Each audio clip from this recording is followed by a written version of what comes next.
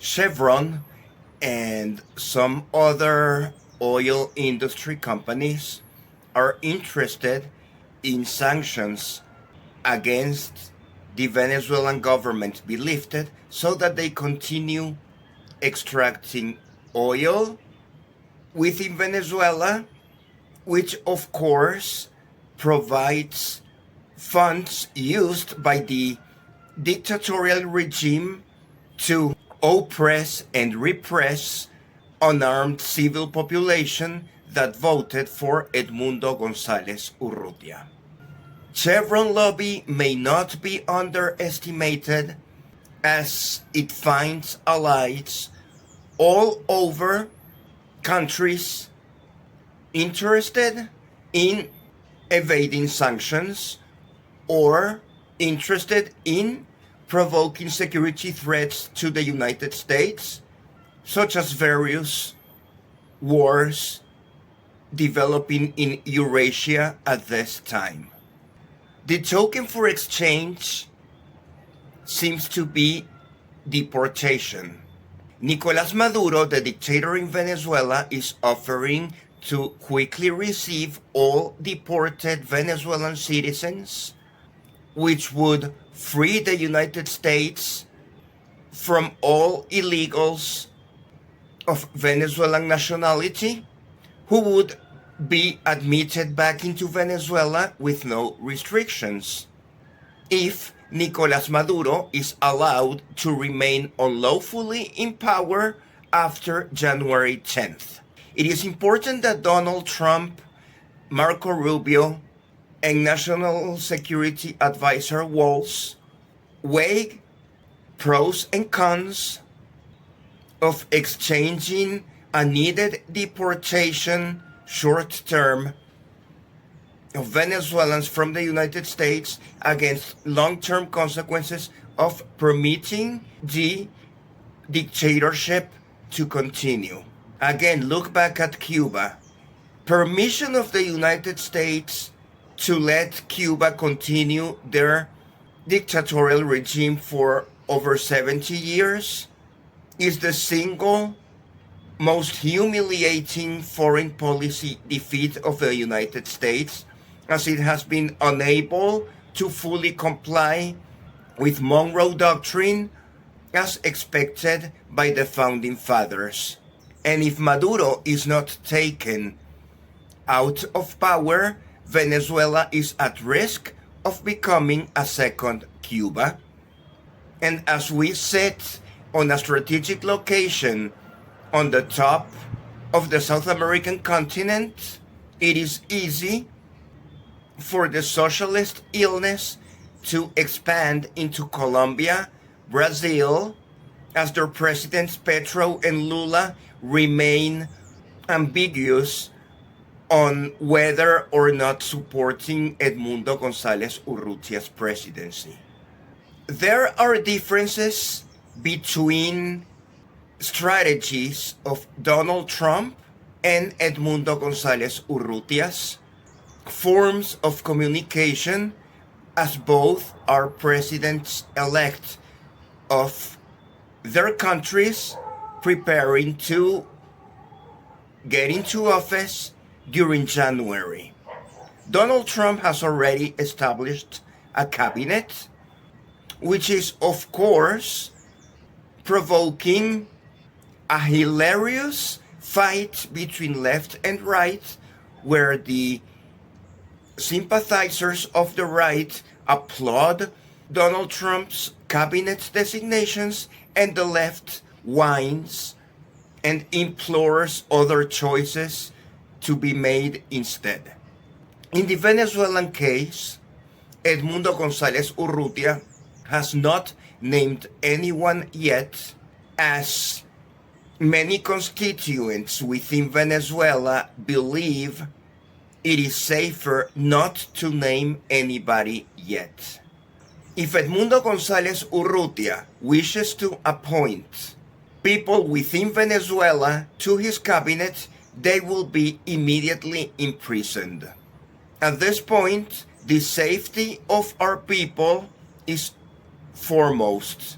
We have long learned that just protesting for the sake of protesting and expecting our civil unarmed population to perform duties that can be dangerous for continuing to function freely within the country of Venezuela is not a good strategy.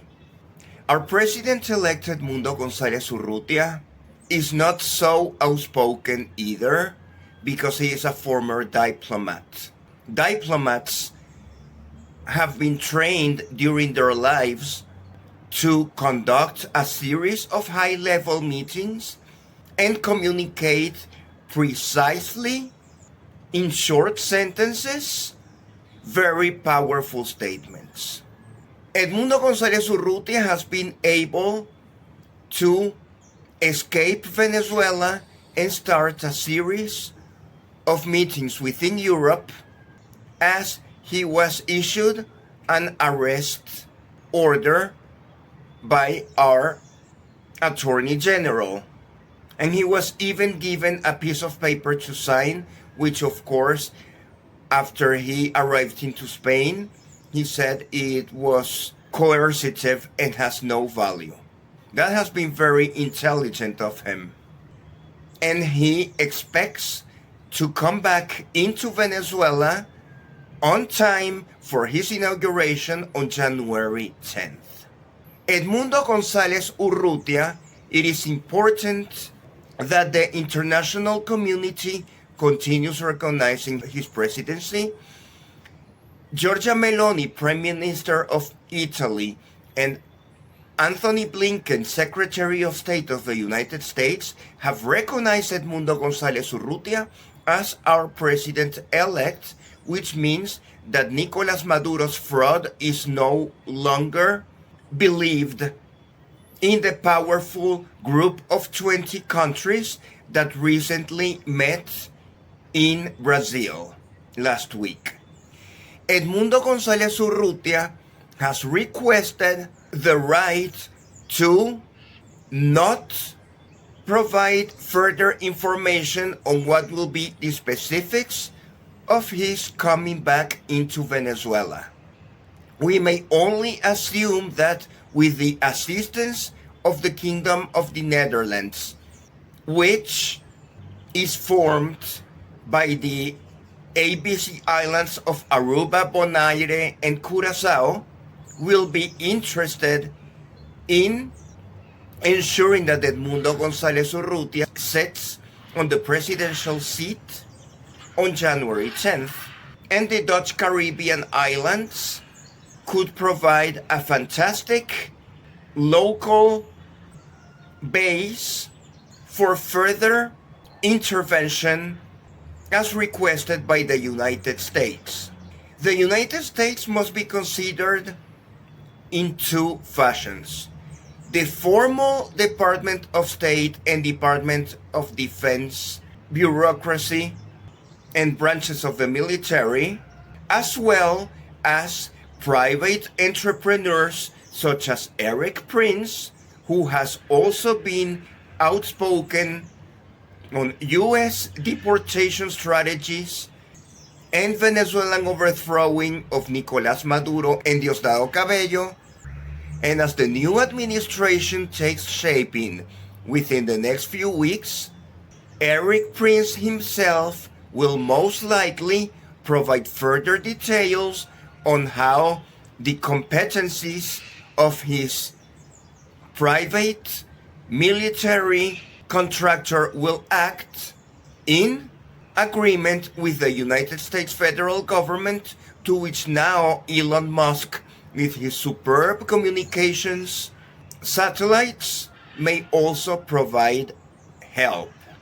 However, all of those assistance by land and diplomacy from the Kingdom of Netherlands, the European Union, and the United States of America are subject to the orders and wishes and strategies made by President-elect Edmundo González Urrutia. He doesn't speak often, but he does speak conclusively. At this time, he reiterates he will be back on January 10th, which means that within the next 9 weeks, something will happen. Edmundo González knows what will happen. Other actors in the international community know what will happen, but it is necessary that the Venezuelan government is not well informed of what will happen. So maximum discretion is needed, and the only reliable information is provided by President-elect Edmundo González Urrutia. At the local level, we are consumed by conflicting factions. There are two factions that have long consumed the Venezuelan opposition and have made it difficult for unity to prevail. At this time, the two factions are on the collaborationist side. Those forces are led by Governor of Zulia State, Manuel Rosales, and on the exit for Maduro now side, we have Maria Machado, who garnered support at the 2023 primaries. Supporters of Manuel Rosales and Maria Machado infight each other, and they accuse each other to have the wrong strategy for having the opposition come into power. Edmundo González Urrutia has been clever in appearing during the presidential campaign, sometimes with the help of Manuel Rosales supporters, and some other times with the help of Maria Machado supporters. It is very difficult to make Manuel Rosales and Maria Machado understand that their silly fight is no longer relevant in this country, and both of them should depose their presidential ambitions and fully support Edmundo González Urrutia. We are no longer in a presidential campaign.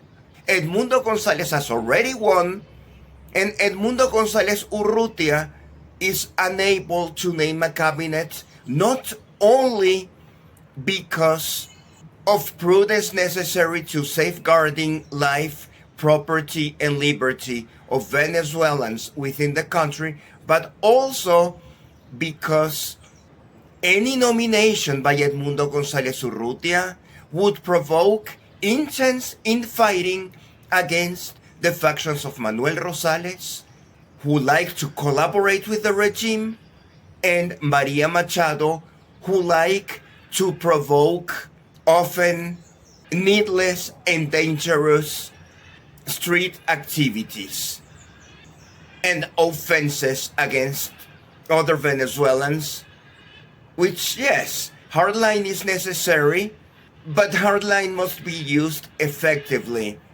not every 15 minutes. The best approach is definitely the approach used by President-elect Edmundo González Urrutia, who speaks little and who sometimes is in connection with the likes of Manuel Rosales, and some other times he is connected with the likes of Maria Machado. And when Edmundo González Urrutia is clear on which side will be most helpful for whatever strategy he is pursuing at the moment, he expresses it formidably in his diplomatic language, which is supposed to please us all. Therefore, it is important to convey to the international community that the Venezuelan presidency has been won by Edmundo González Urrutia. The number of votes that Edmundo González Urrutia gathered in his election were impressive and may not have been won by either Manuel Rosales or Maria Machado if any of them had been the opposition candidate. It is important that United States population and the rest of international community understand, and of course they will, because they are used to these kinds of fightings when there were Republican or Democratic primaries. Many voters of Manuel Rosales would never have voted for Maria Machado, and many voters of Maria Machado would never have voted for Manuel Rosales. Edmundo González Urrutia won a landslide election because he was a compromise, relatively unknown candidate who was able to promote support towards him. A president of a country should be only one person.